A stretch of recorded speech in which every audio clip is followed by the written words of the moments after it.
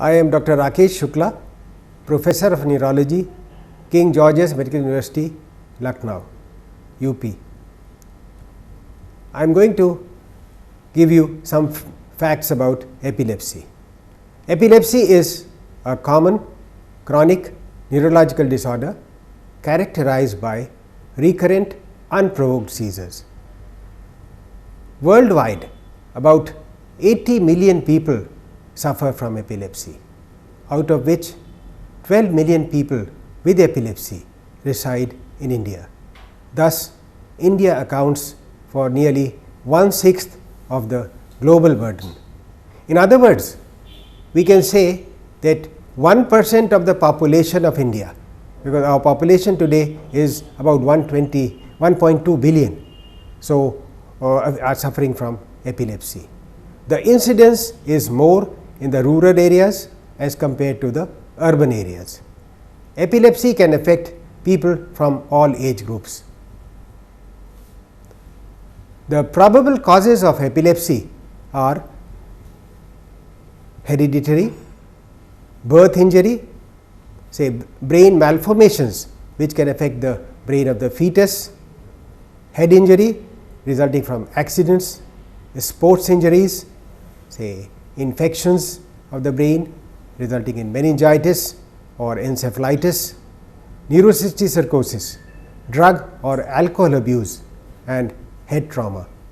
However, despite all these causes, nearly 60% of patients with epilepsy, we are not able to find a cause of their seizures, that is, they have idiopathic seizures. Anti-epileptic drugs are the mainstay of treatment. Anti-epileptic drugs form the mainstay of treatment. The drugs, they do not cure epilepsy, however, they reduce the frequency of seizures, and in some cases the seizures can be stopped. The standard anti-epileptic drugs or the first line anti-epileptic drugs, they can reduce the occurrence of seizures in about 50% of patients with partial epilepsy and in 60 to 70% of patients with generalized epilepsy. Thus, about 50% of patients, they fail to respond to the drug therapy that we have, and 35% of patients, they are suffering from refractory epilepsy, that they do not respond to more than 2 to 3 proper anti-epileptic drugs. Many people with active epilepsy, that is, who have had a seizure in the last 1 year, they are not receiving anti-epileptic drugs, resulting in what we call as a treatment gap. In India, treatment gap is responsible for nearly 60 to 70% of patients. The reasons for this is lack of knowledge about the anti-epileptic drugs, poverty, social stigma, lack of proper healthcare professionals are responsible for this treatment gap. Taking drugs regularly for a long period is essential for the treatment of the drugs. These drugs, they do not cure epilepsy, however, in a large majority they can reduce the frequency of seizures. In addition to the drugs, the patient has to have proper diet, say proper sleep, and avoidance of alcohol for the maintenance of their seizures. Most seizures, they last for seconds or minutes. One cannot stop or prevent the occurrence of a seizure.